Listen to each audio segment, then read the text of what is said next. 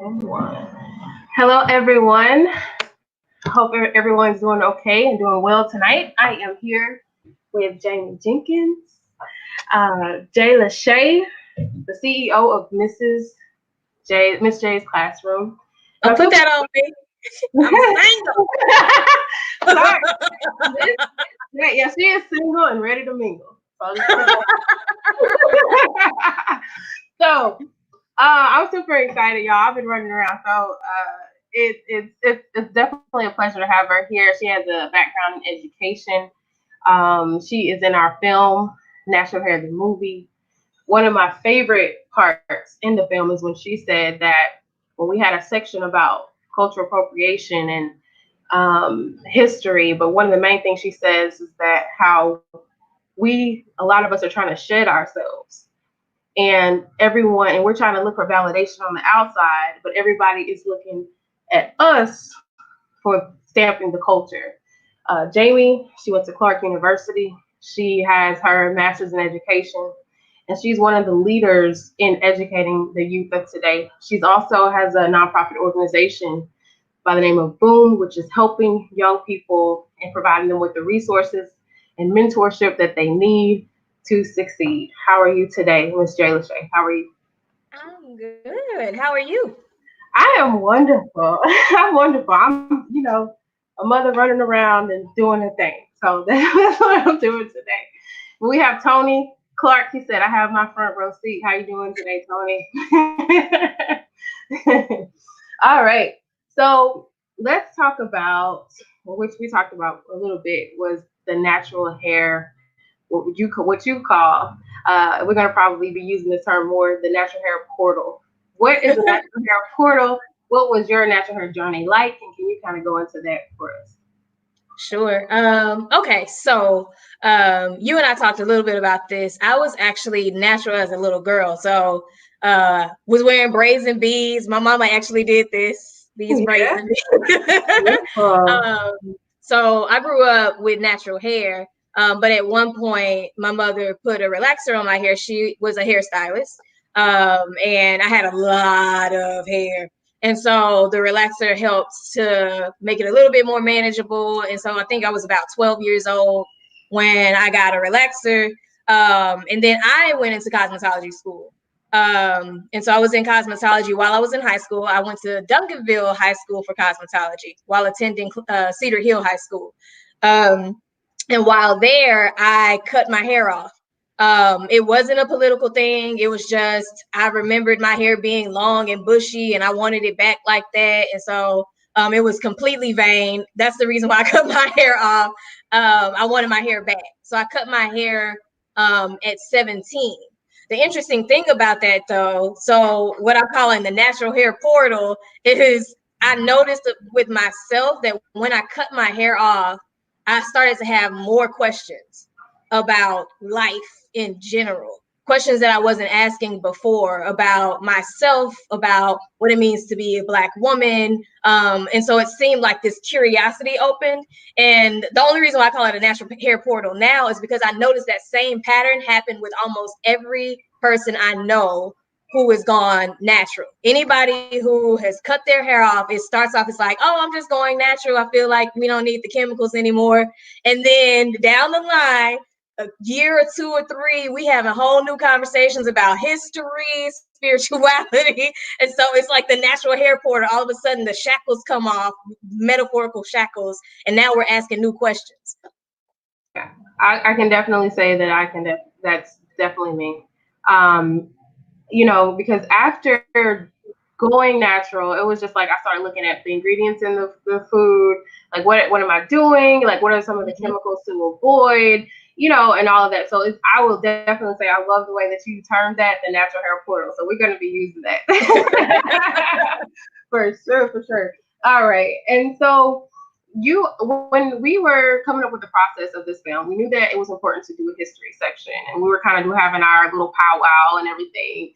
And then, the guys, they were like, does anybody know of anyone that's, well versed in history?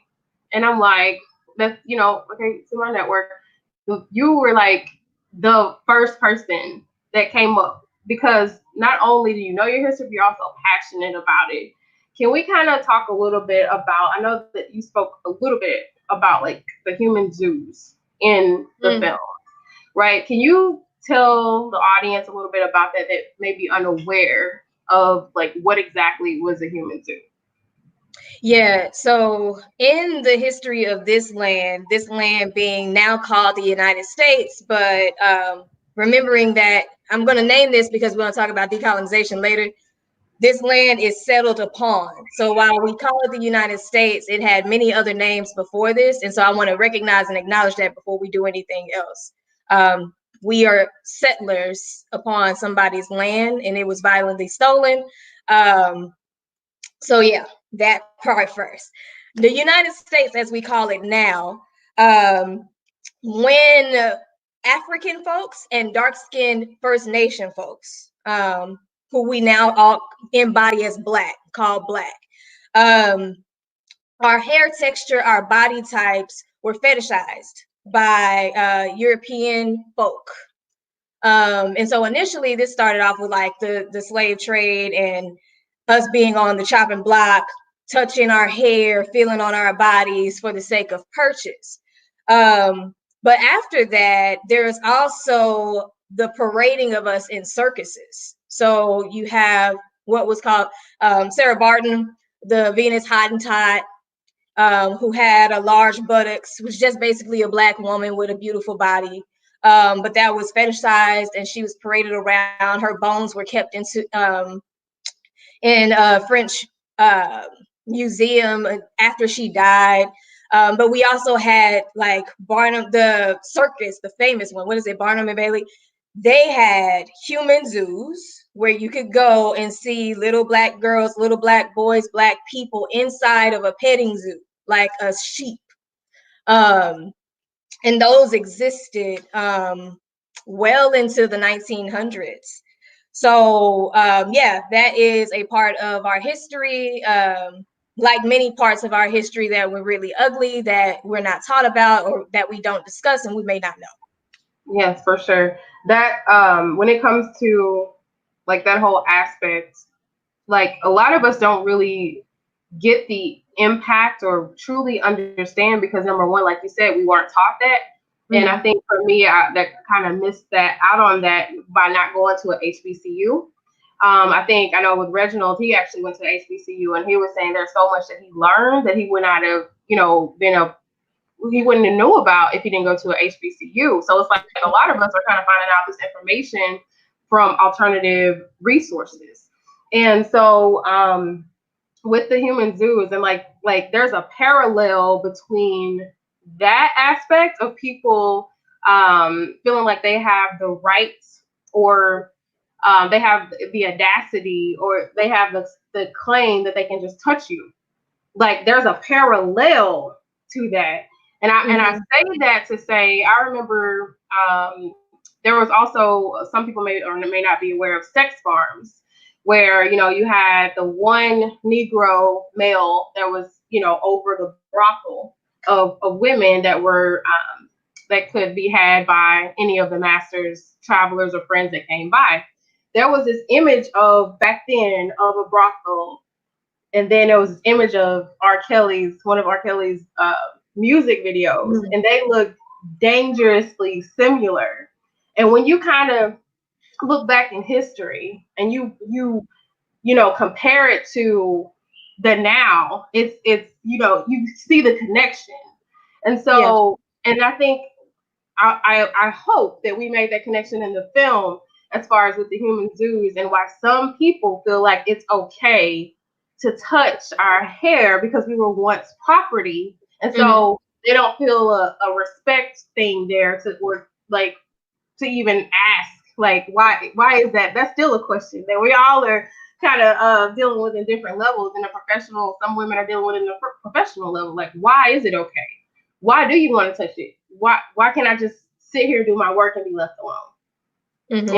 So yeah. And so you brought that element. What that makes me think a lot about, like, when you talk about those parallels, and this gets to parts of ourselves that has been erased and eliminated, is this idea of ancestral memory. right? In the Western world, the idea is you are born, you are an individual, this is your one life. But when you start to pull into the indigenous history of the people in this land, as well as the history of ancestors in the African lands, the idea is you have an extended life. Our bloodline, our bones carry memory. So when you have somebody who believes that, oh, I'm going to reach and touch your hair, they might not be conscious of that past memory and past life where they were doing that with like ill will, but that still flows in their blood because it's a part of their DNA. Now, some people will be like, "Are you reaching?" But actually, if you start to study what goes on with DNA, you'll start to see like, no, DNA actually does carry memory. We can look at that. Like, this is Western science. Right now, I'm talking through an indigenous ancestral lens, but like you can go into Western science and find this if that's the science that you prefer. It's there. And then the same thing with Black folk. And when we think about like the parallels between the traumas that we're seeing in today's time and the abuses that may happen in our families, in our communities, amongst each other, amongst ourselves, and how that connects to some of the abuses that we internalize from our ancestral past in this land. Again, that comes through the ancestral memory in our DNA, in our bones. Dr. Joy DeGruy is a really good person to look into if anybody is interested in like looking at some research from the lens of the African.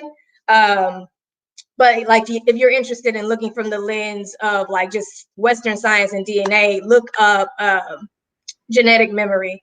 But yeah. Okay, that's awesome. That's some great information. So you said Joy DeGruy? Yep. Joy DeGruy. Okay, I'm making my notes over here. Gotcha. In genetic memory. That's awesome. Now, yesterday when you and I spoke, you kind of broke down how we have to go through a process of decolonization.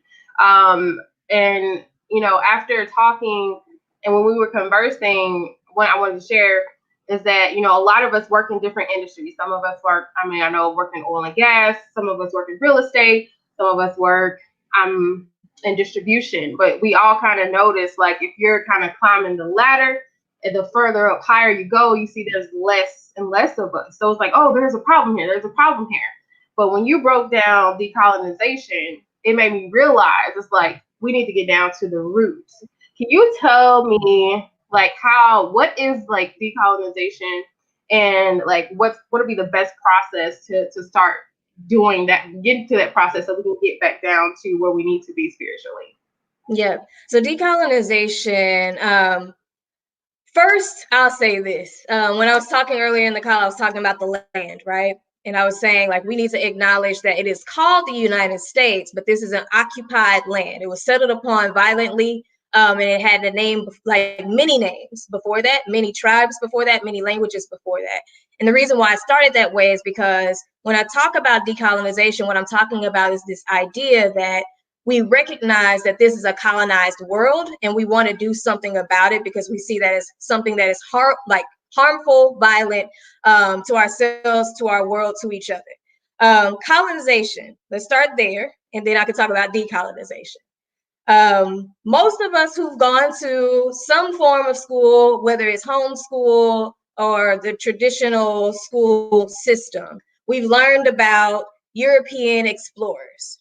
Now, they're not the only people who colonized the world. There's plenty of examples of colonization before European explorers, but we're going to start there because that is the experience that we're in right now.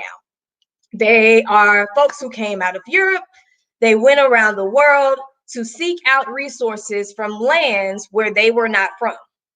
And they chose to do that in ways that were very horrific and violent, and create systems that made themselves on the top of a hierarchy. Now, the process was to take resources, but the process also includes like changing the ideology of land, putting a value on people, and saying like some people are more valuable than other people, putting a value on knowledge. Some forms of knowledge are more valuable than other forms of knowledge. And then eventually you create systems that support those ideas. What that means for people who were indigenous to this land, some were lighter skinned, and then those are the people that we would see as traditional First Nation people and Native American. Some of those people were skinned like us, and they were also First Nation Native American.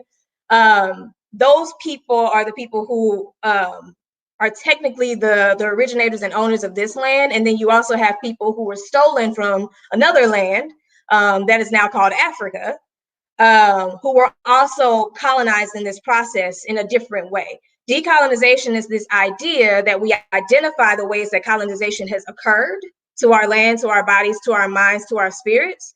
And we analyze that, uproot that, and resist that. In addition to that, there's this indigenization or return to your ancestry that coexists with it. So decolonization is the idea that politically we should uproot the harm that has happened to the land. And then indigenization is this idea that you pull back the memory and the practices and the ways of being of your ancestry before colonization existed. You're on mute. Sorry about that. So what would be a way, like what would be like a practical way to start? I mean, I guess like education would be one, is you know, making sure, like, because I don't think, like, when we hear the word, like, for example, my son, you know, was doing some social studies things and some history. When they say colonize, it's not made to be this like shameful. It doesn't carry that weight. You know what I mean? It's just like a word. It's like this is what happens, and it doesn't have a negative connotation to it for when it's fed to students. You know, you get what I'm saying? Yeah. So I guess like the first part of it would be to at home teach children, you know, what really happened, like pieces of it. But then there's this argument that you don't want to tell them too early. That's interesting. because my aunt Brenda, she had the whole series, like with documentaries on VHS, the PBS series of Eyes on the Prize. I literally, 12 years old, 11 years old, I just watched the whole thing, popped one tape in after the other. And I was told that I probably got exposed to that too early. And like movies like Rosewood and Time to Kill, like that was too early. So what do you think about that as an educator? Okay, so I think that's interesting. I can't tell other people what to do and what's right or wrong for them. I would say in my house, I don't think there's a such thing as too young to know anything. I think the young mind is actually the best place to grow and explore. And I think what we're trying to do often is navigate our own fears, and we use our fears and we project them onto children. And that is a process that then becomes like what we're unlearning as adults. We're unlearning our parents' fears. So like this process of decolonization, I think that's a real good place to start. Is like, first of all, what is your relationship with fear? How comfortable are you with the fears that you have, and have you analyzed where your fears come from? What happened in your childhood that you still carry? So for example, were there things that you were unique in and wanted to do and loved that you were navigated away from because people said, well, you're too young, or that's not going to be good for you, or that might not make you money, or whatever? What parts of you did you have to shut down in your childhood that you now are trying to retrieve? So for me, like mine was art. Like I shut down art because art don't make money. What I did was get really smart in school so I could go and be a teacher or be a president or whatever. But the truth of the matter is I love art. And so now I'm trying to pull all that back in my 30s. So that's number one. Are we projecting our fears onto our children? I think the other thing is, before we could even go into studying any kind of history, we need to understand if we are comfortable with the idea of competing ideas. Can we practice competing ideas? So for example, Mahatma Gandhi. This is a man who practiced nonviolence and helped with the liberation of India. He was the inspiration for Dr. Martin Luther King, and a lot of people know that. Some people know and some people don't know that Mahatma Gandhi was also racist against Black people. Can we hold both of those ideas, that this man did something really powerful and beautiful for the liberation of India and was holding some really messed up ideas about Black folk, while also inspiring a Black leader of the civil rights movement for Black folks in America? Can we hold all of those ideas at once?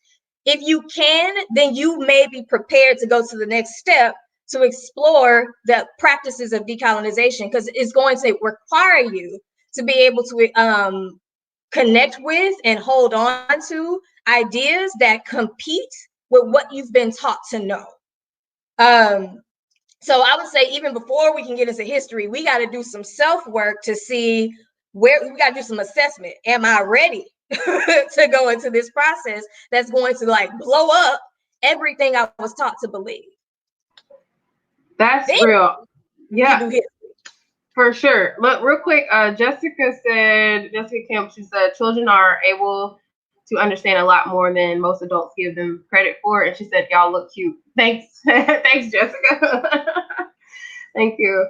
Yeah, I think definitely going back to the children, that for sure, they do understand. I knew I was more conscious and aware by watching those, movies and those documentaries at a young age. But I don't know. But I was told later that maybe I got exposed to it too young by someone else, like outside of my family, because of how I felt. So I don't know. But to bring it back to what you just said, one of the things we talked about yesterday was that there's a piece of time that's missing. Oh, yeah. Can you get into that a little bit? Yep. All right. So we talked a little bit about the calendar. Yeah. And how around the world we use the Gregorian calendar, which came through Europe. The Gregorian calendar has us at 2020. This year is 2020 in that calendar.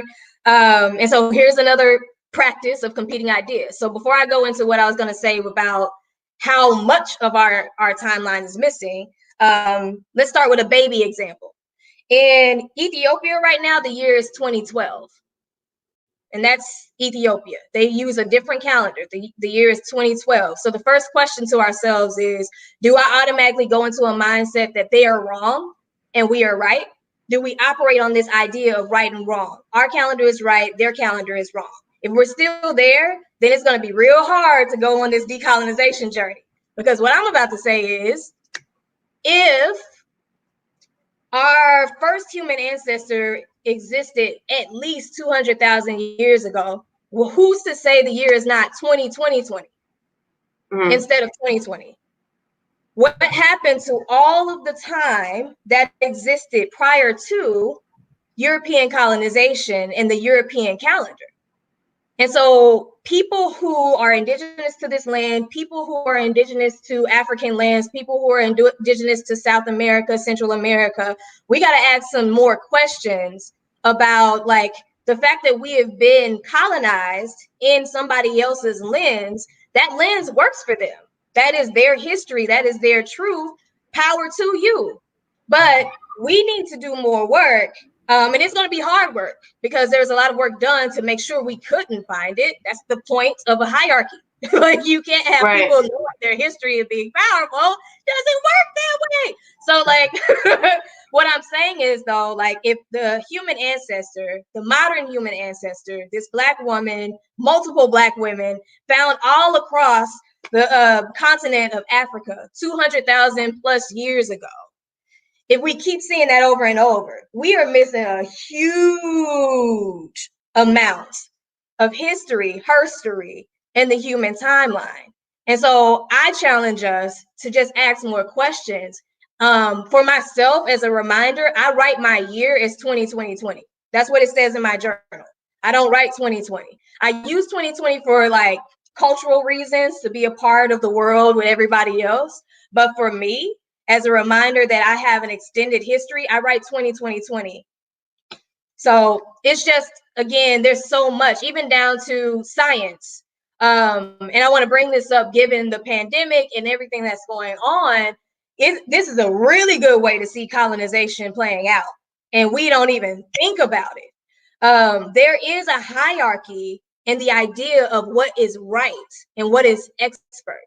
We have completely wiped out the sciences of First Nation people, of African people, and demonized them as like lesser than anything that comes from somebody who is from Europe or somebody who comes out of a European American college system. Unless you come out of those systems, your science is invalid. And that comes from a long history of what happened to us in this land. When we came here, or for those of us who came here, and for those of us who are our ancestors are from here, we had our own sciences. We had our own ways of being. We had our own languages. We had things that worked for us. In fact, they didn't just work for us, they were used by the people who settled this land. Often they wouldn't go to their own doctors, they would come to us, the witch doctors, to be healed. Our sciences work. In fact, our sciences are used so much that they are people pull from those African sciences, First Nation sciences, create their own pharmaceuticals from it, chemical versions of what natural sciences do, and then sell them. And so we ask no questions about the validity of that. So anyway, I'm just saying, like, colonization has hit us on multiple levels. It's not just from the psychological of how we see ourselves, but it's also from the level of like what we deem science, what do we deem knowledge, what do we deem true. All of that is impacted by this process, and that has happened across 500 years, which means it's really, really hard for us to ask the questions and get comfortable with discovering the answers that might be counter to what we know. For sure. And I know we talked about it a little bit before, but for me, what's most important is the truth. That's the most important thing to me. And I know we probably will be working on more projects together because there's just so many different things that need to be uncovered and I feel like brought to the people. And when it comes to spirituality, and a part of that deals with science, and I've been questioning lately, why are we such an oppressed people here on this land? Is a part of that because of our belief system? What are we, like these are questions. And one of the things that always kind of irritated me was, for certain parts, especially in the South, you couldn't really ask questions. Things that did not line up or add up or make sense. Mm-hmm. You ask a question as a child, don't ask that question. You're gonna get struck down, or just know that this, you know what I'm talking about. Yeah. And it's like, and so there's this built up, part, I guess, a cognitive dissonance going on. For me, I know some people in the community have transcended that, but like in the beginning, when you start asking these questions, well, who are these people? Why is this missing? Why are these certain books missing or what have you? But these are the official ones, And so, and I think that all goes back to what you said about that colonization and decolonization, because when you're born into the system, you don't even realize you're in it until it's, until later on. I don't want to say it's too late, but you don't realize it until like you get hit upside the head a few times. You're like, wait a minute, something's up with this. What's going on here? So I definitely commend you for being bold, because for some people listening to you talk, they may be like, what is she talking about? 2020. You know what I'm saying? Like, and even with the interview that I had with ISIS, I got some people saying different things, but why is it that when you're asking logical questions or you have logical concerns that are outside of what we were told, then it's considered, crazy or whatever, So I don't know if you want to chime in on that or not. Well, I think I am crazy. Let me just go ahead and say that I am. The thing is, crazy is anybody who's going to stand outside of the status quo. Crazy is somebody who says there's something else out there. Crazy are all of the people who we later call geniuses after they're dead. You know what I mean? That's the crazy person. And I think a lot of us are crazy, but we're afraid of being, well, I'll speak for myself. I had a huge fear of being called crazy. Huge. But the thing is, I had to go ahead and embrace that I am. And oftentimes in the places that I've been, whether it was when I was working in Teach for America, whether it's I was the nerdy kid in school who really loved reading books and I was in the hood, I was crazy then. Like each time you stand outside of the status quo or stand outside of the crowd, you are crazy. I'm fine. Like I'm fine with being called crazy. And I think a lot more of us need to be. Crazy is how you change the world. I feel that a lot. And I'm going to leave it with this because we're right at the 30-minute mark. Asada Shakur, only the strong go crazy. The weak just go along. Word. So, sister, I want to thank you so much for being a part of our film. Thank you for bringing the truth and then, giving us valid questions to ask each other and to ask ourselves as well. You can check out, can you give everybody your social media and website? Give everybody your handle. Sure. My website is Leshae.com. That's JLESHAE.com. On social media, I have a whole bunch of different ones. But if you go to Daughter of Dallas, so Dallas, on Facebook or Instagram, it'll take you to all the rest of them. For sure. And if you want to definitely check out our film. Leshae, she is on there as well, talking about that history portion and also about the mental health of Black women in America. You can check it out on Amazon Prime. If you're a Prime member, you get to watch it for free. That's Natural Hair, the movie. I want to thank y'all so much. Y'all stay beautiful and stay great. And until next time, y'all, we'll see you soon. Bye.